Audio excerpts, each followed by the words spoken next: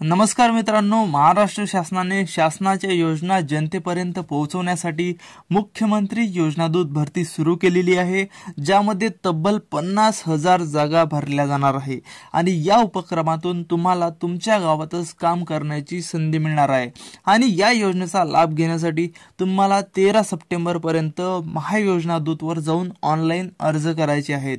पण आपल्या मित्रांना हा अर्ज करताना बऱ्याच अडचणी येत आहेत। कोणाला ओटीपीचा प्रॉब्लेम येत आहे, तर कोणाला डॉक्युमेंट्स अपलोड करताना प्रॉब्लेम येत आहे, तर कोणाला ऍड टू लिस्ट करताना प्रॉब्लेम येत आहे।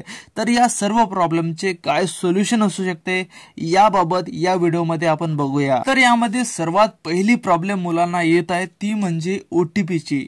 मोबाईलवर ओटीपीच येत नाही, तर यासाठी काय करायचे?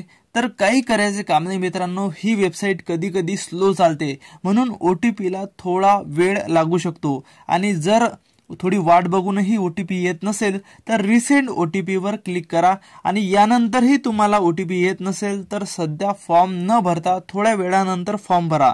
ज्या वेळेस या वेबसाईटवर जास्त लोड नसतो त्यावेळेस फॉर्म भरण्याचा प्रयत्न करा, तुम्हाला प्रॉब्लेम येणार नाही। यानंतर दुसरी महत्त्वाची प्रॉब्लेम आहे डॉक्युमेंट अपलोडची।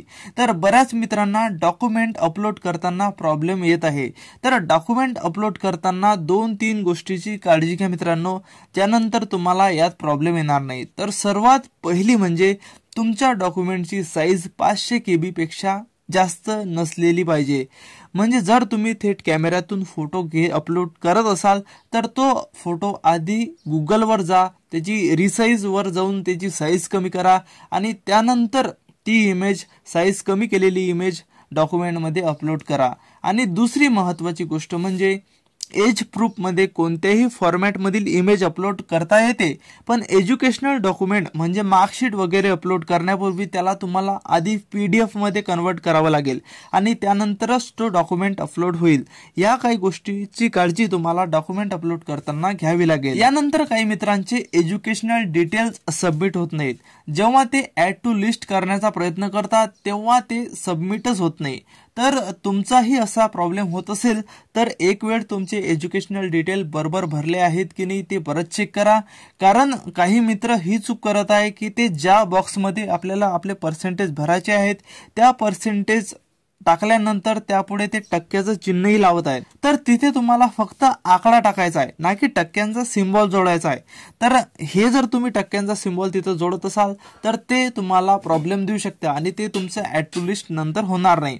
तर तुम्हाला जर ते ऍड टू लिस्ट करायचं असेल तर त्या पर्सेंट मधला तुम्ही सिम्बॉल काढून टाका आणि फक्त पर्सेंट तिथं भरा आणि एवढं केल्यानंतर तुमचे डिटेल सक्सेसफुली सबमिटेड होतील।